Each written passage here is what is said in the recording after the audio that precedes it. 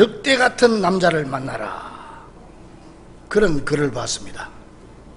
우리가 보통 늑대 같은 남자가 나쁜 생각을 하잖아요. 이미지를 가지고 있는데, 근데 여기 보니까 그렇지 않더라고. 왜 그러냐? 늑대는 평생 한 마리의 앙컷만 사랑한다는 거예요.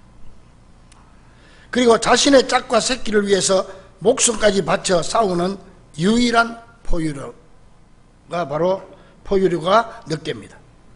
그리고 늑대는 사냥을 하면은 암컷하고 새끼에게 먼저 먹을 걸 양보하는 게 늑대예요. 그것도 싸울 때도 보통 사자나 이런 거 보면 제일 병든 거 새끼 그런 거 잡아먹는데 늑대는 안 그런다는 거예요. 가장 강한 상대를 공격한다는 거예요. 또 늑대는 독립한 후에도 종종 부모를 찾아가서 인사를 한답니다. 그리고 인간이 먼저 그들을 괴롭히지 않는 한 인간을 먼저 공격하지 않는 게 늑대랍니다.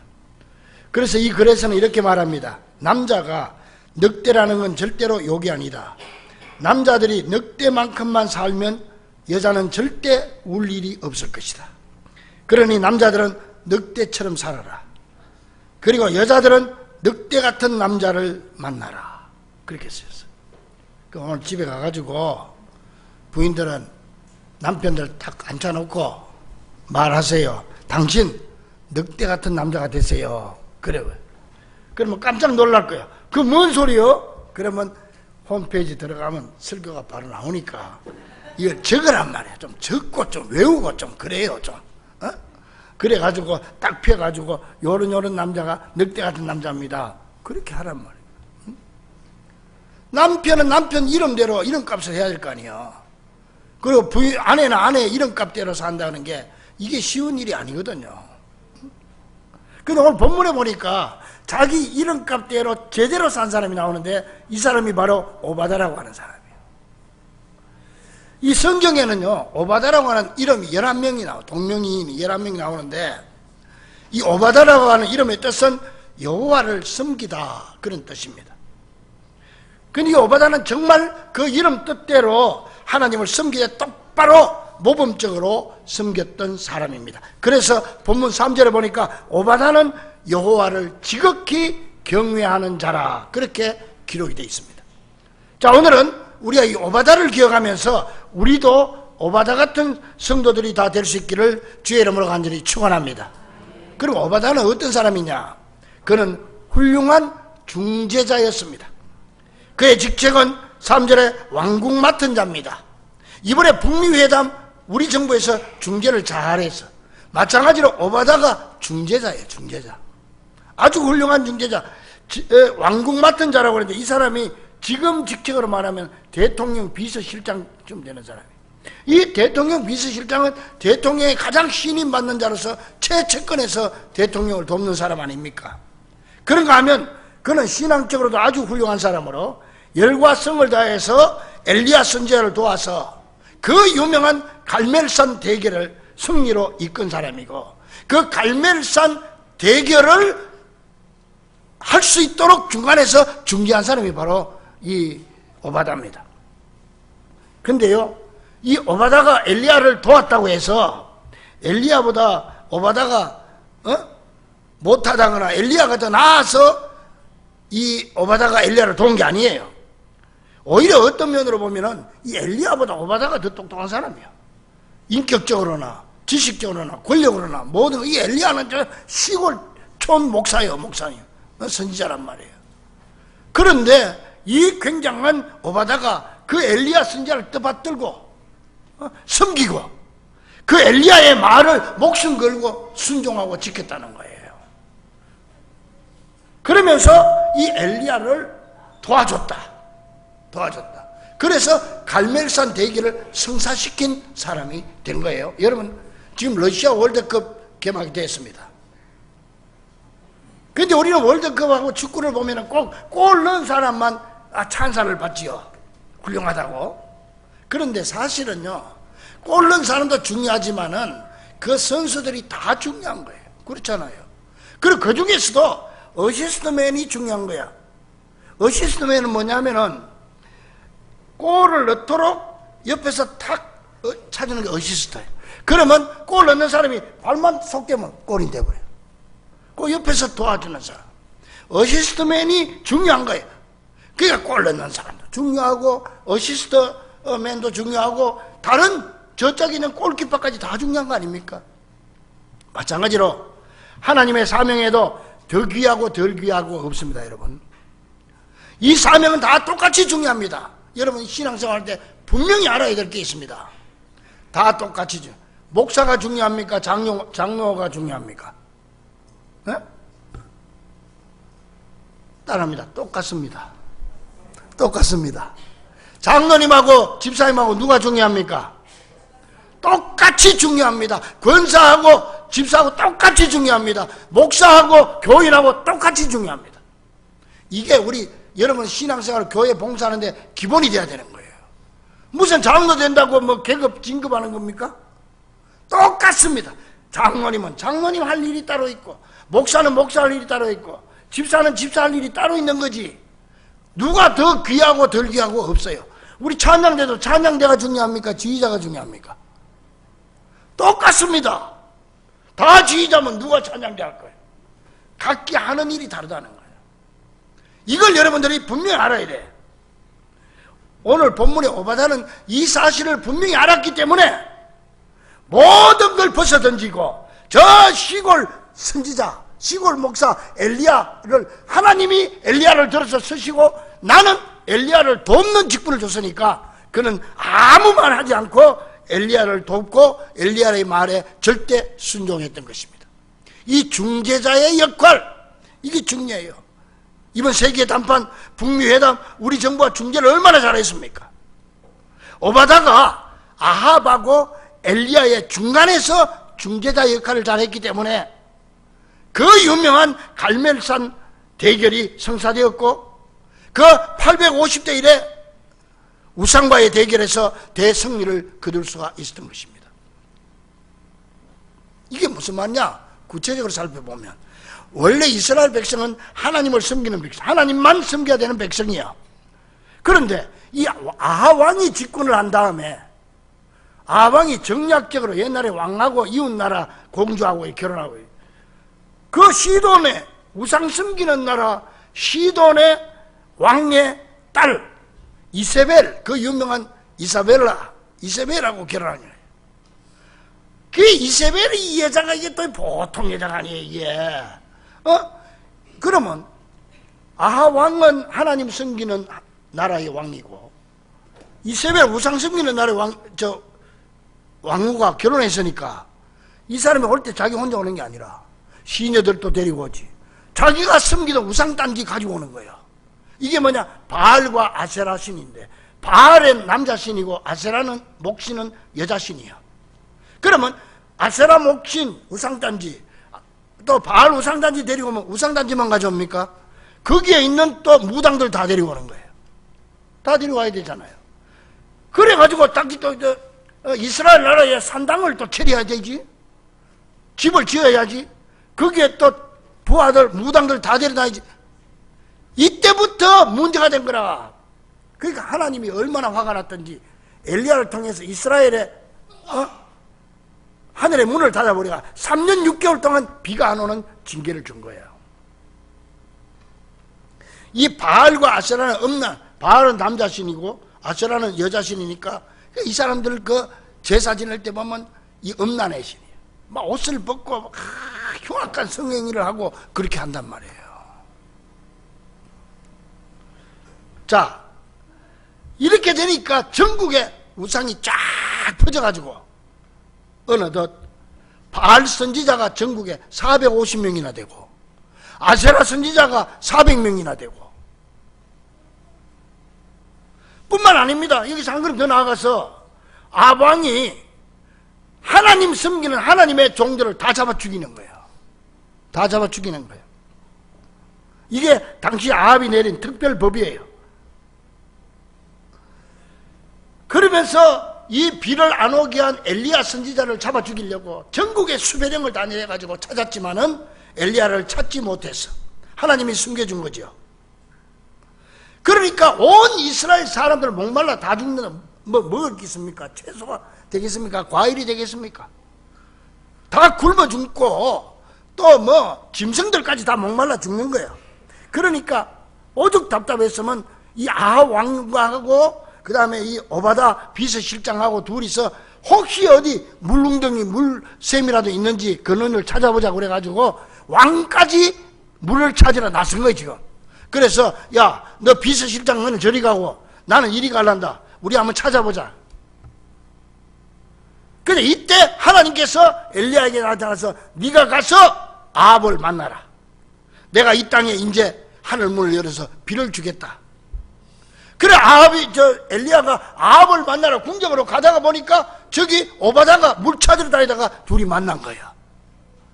만나니까 오바다가 아합을 알아보고 합니다. 응?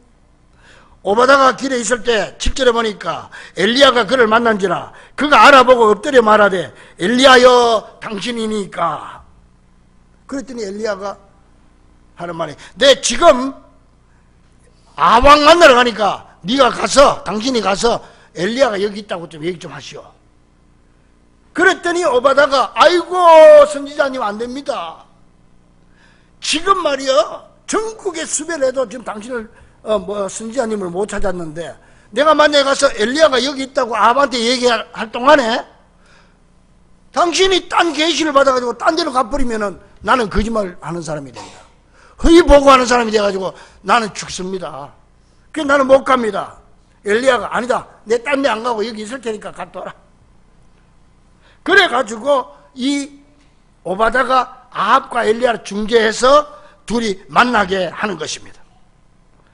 이 만남은 이 오바다가 죽음을 각오한 충성입니다. 죽음을 각오한 결단입니다. 그러므로 여러분 우리 성도들은 굳이 엘리야가 아니더라도 오바다처럼 뒤에서 말없이 봉사하고 묵묵히 사명을 감당함으로 지금 내 눈앞에 펼쳐진 이 갈멜산 대결에서 반드시 승리할 수 있게 되기를 주의 이름으로 간절히 축원합니다. 그러나 이 성경을 보면 오바다가 이거보다 더 큰 일이 있어요. 더 큰 일한 게 뭐냐? 그 더 큰 업적이 뭐냐면은 전국에 명령을 내려가지고 주의 종들, 선지자들 다 잡아 죽이라고 명령을 내렸잖아. 이때 이 오바다가 100명의 선지자들, 요새 말하면 100명의 목사님들을 모아가지고 굴 속에 숨겨주는 거예요. 뭐 비서실장이니까 그만한 힘이 있으니까 몰래 아반이 알면 큰일 나죠. 그러면서 그 100명을 그 험한 사람 자기 먹을 물도 없는 그런 상황에서 3년 6개월 동안 물을 주고 음식을 굴 속에 숨겨놓고 돌봐주는 거예요. 그래서 그 나라의 신앙의 맥이 끊어지지 않게 하는 겁니다. 이걸 우리는 오바다 리스트라고 합니다. 여러분 신들러 리스트라고 하는 영화 봤죠? 독일이 유대인들을 막 가스실에 집어넣어가 막 죽일 때 이 신들러라고 하는 한 사업가가 너무 안타까워서 자기 재산을 전부 팔아가지고 그 독일 장교하고 거래를 하잖아. 한 사람 앞에 얼마 한 사람 앞에 얼마 해가지고 그래서 그 유대인들을 몰래 살리잖아요. 이 한번 열차에다가 태가지고 가스실로 가는데 돈을 줘가지고 흥정을 해서 이 가스실로 가던 기차를 딴 데로 가도록 해야 1000명을 살립니다. 유대인들. 그러면서 마지막에 신들러가 하는 말이 자기 반지를 빼가지고 보면서 내가 이 반지를 팔아서 독일 장교를 줬으면 한 사람의 생명을 더 구할 수 있었을 텐데 그런 후회하는 말을 하죠. 나중에 전쟁이 끝나고 평화가 이루어졌습니다. 그래서 이 오바다 리스트 이때 살아난 사람들이 자기 자녀들하고 부인하고 가족들이 1000명이 살았어요. 한 5000명이 모여가지고 이 신들러를 그립니다. 그리고 추모를 합니다. 우리가 이 사람 때문에 살았고 너희들이 이 사람 때문에 세상에 태어날 수 있었다. 이와 같이 여러분 그때 아합 왕의 폭정과 기독교 말살 정책에서 살아남은 사람들을 우리는 오바다 리스트라고 말합니다. 오바다가 그 시대에 100명을 보호했기 때문에 100명의 선지자가 그 후에 엄청난 일을 할 수가 있게 된 겁니다. 저는 오늘 우리 교회 성도들이 모두가 다 세상 사람들이 다 엘리야 같은 주역이 되려고 하지만 우리는 지역은 못 되더라도 오바다 같은 조연, 이름난 빛나는 조연의 사명을 잘 감당할 수 있는 여러분 될 수 있기를 주의 이름으로 간절히 축원합니다. 그런 의미에서 볼 때 이 오바다는 정말 아주 용기 있고 열정적인 사람이었어. 용기 있고 열정, 한번 생각해 보세요. 그때 음식이 얼마나 귀했겠어요. 자기 애들을 막 잡아먹는 시대예요. 그 순위 나오잖아요. 오늘은 내 아들 잡아먹고 내일은 내 아들 잡아먹자 그래가 저쪽 애부터 잡아먹어놓고는 배부르니까 나는 못 잡겠다 그래가 시비가 붙고 그랬잖아. 응? 그런 상황에서 그 장정 100명에게 음식과 물을 제공한다고 하는 건 정말 이 보통 일이 아니고 보통 사람으로서는 상상할 수 없는 일 아닙니까? 이처럼 용기 있는 사람이었어. 이건 정말 또 이 아합이 알거나 이세벨이 알면은 자기뿐만 아니라 온 가족들이 다 능지처참 당할 일이야. 이만큼 오바다는 용기 있는 사람이고 열정 있는 사람이었어요. 그래서 독일의 철학자 헤겔이라고 하는 사람은 이 역사 철학이라고 하는 책에서 마지막 부분에 이렇게 썼어요. 세계사의 결정적인 사건들은 모두 열정을 지닌 사람들에 의해서 주도되었다. 열정, 패션, 열정 있는 사람들이 세계사를 주도했다. 이렇게 헌신된 소수의 사람이 세상을 바꾸는 것입니다. 교회도 마찬가지입니다. 우리 교회도 많은 성도들이 있지만은 열정적인 사람들이 교회 역사를 바꾸는 거예요. 여러분 2016년도에 작년 재작년에 유엔이 뭘 발표했느냐면 평생 연령 기준을 발표했습니다. 우리 소망부 잘 들으세요. 근데요 여기서 나이를 측정을 유엔에서 했으니까 최고 아니요. 유엔에서 어떻게 했느냐, 미성년자 나이를 0세에서 17세까지 미성년자다 그렇게 분류했고, 청년의 나이를 몇 살까지 봤냐, 이제 옛날하고 달라요. 변했어요. 청년 나이가 18세에서 65세까지 청년이다. 65세 이하 된 사람 나는 청년이다 시작.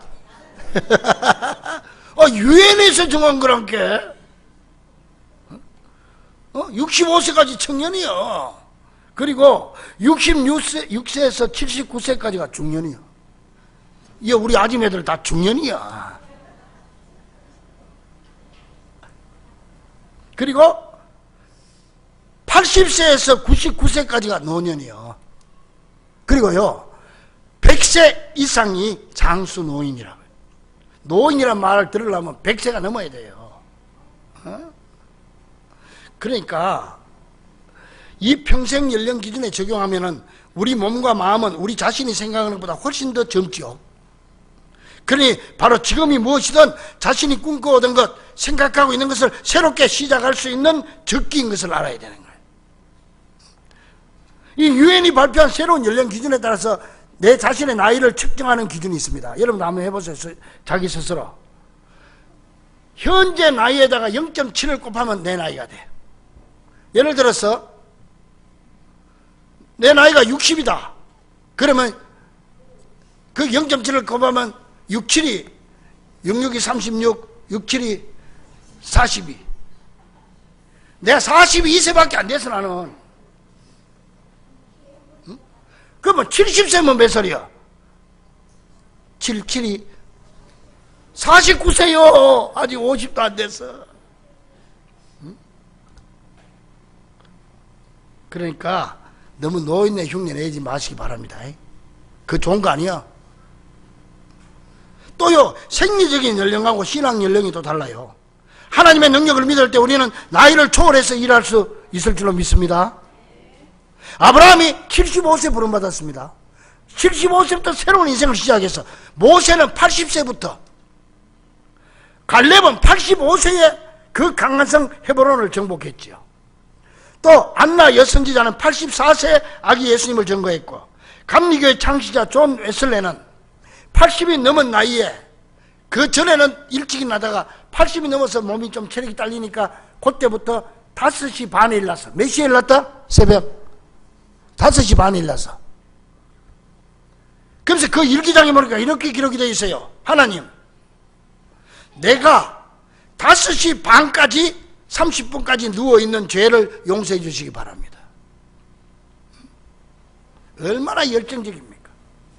그러므로 여러분, 살아 숨쉬는 동안 오늘 본문의 오바다처럼 신앙의 용기와 믿음의 열정으로 반드시 승리하는 귀한 성도들이 되기를 간절히 축원합니다. 힘을 내야 돼. 용기 있게. 또 오바다는요, 용기가 있고 열정만 있다고 되는 거 아니야. 이게 용기 있고 열정만 있으면 이게 사고치기 좋아, 이거. 아무 데나 막 대들어가지고. 거기다가 꼭 플러스해야 될 게 뭐냐? 지혜와 덕이 있어야 돼. 지혜와 덕이 있어야 돼. 이 오바다는 지혜와 덕까지 갖춘 사람이에요. 여러분 보세요.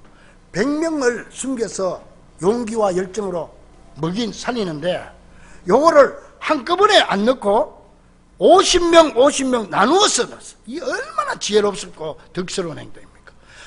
발각이 되더라도 50명은 살리자는 거야. 여러분 혹시 포트폴리오라는 얘기 들어봤어요?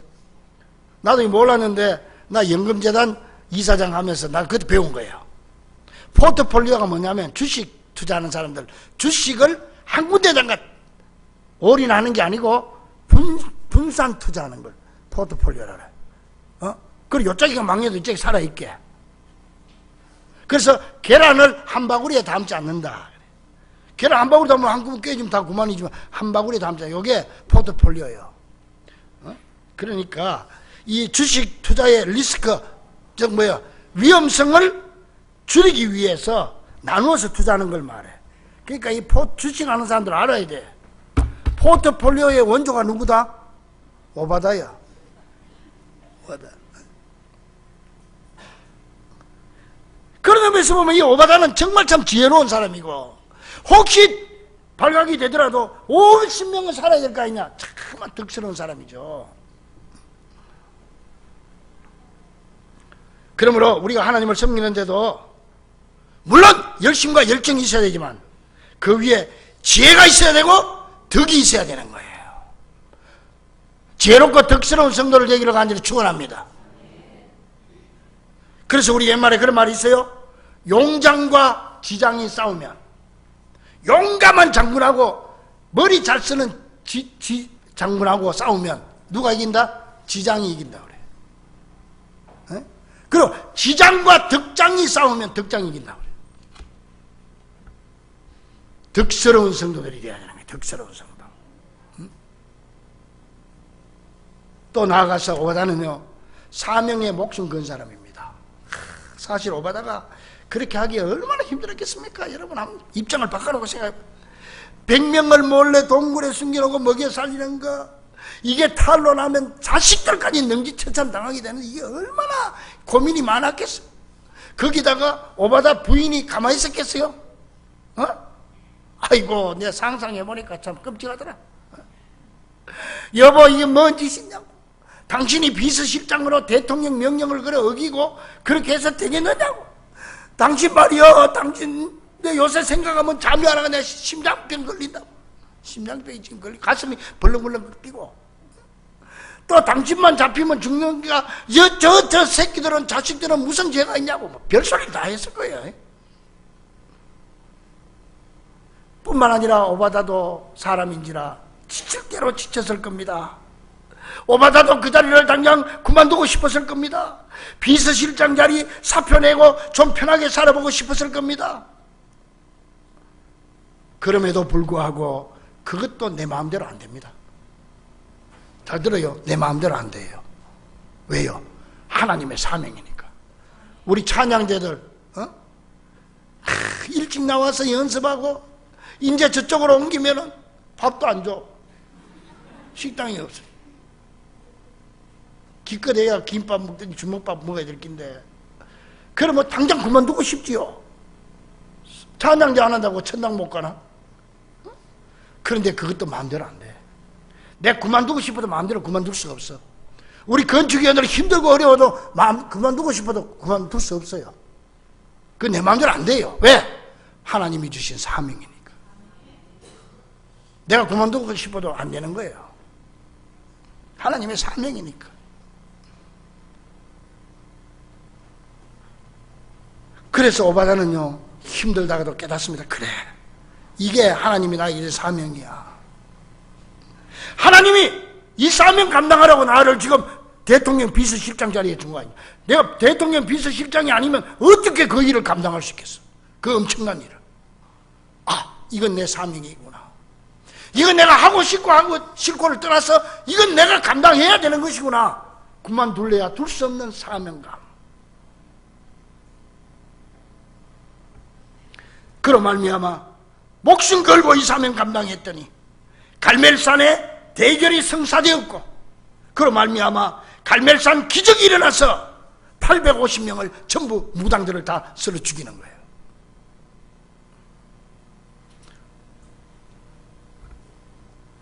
사랑하는 우리 중부 가족들이요, 이게 바로 사명이고 충성입니다. 사명 받는 것도 내 마음대로 받는 거 아니에요.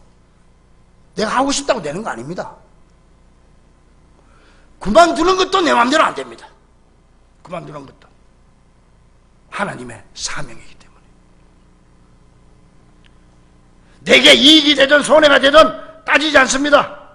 오직 하나님을 경외하기 때문에, 하나님을 사랑하기 때문에, 하나님의 명령과 하나님이 주신 사명이기 때문에 결과는 다 하나님께 맡기고 거기에 목숨을 거는 겁니다. 이게 사명이에요. 우리 지석환 집사도 이 사명 가지고 가야 돼. 응? 이게 진짜 믿음이에요.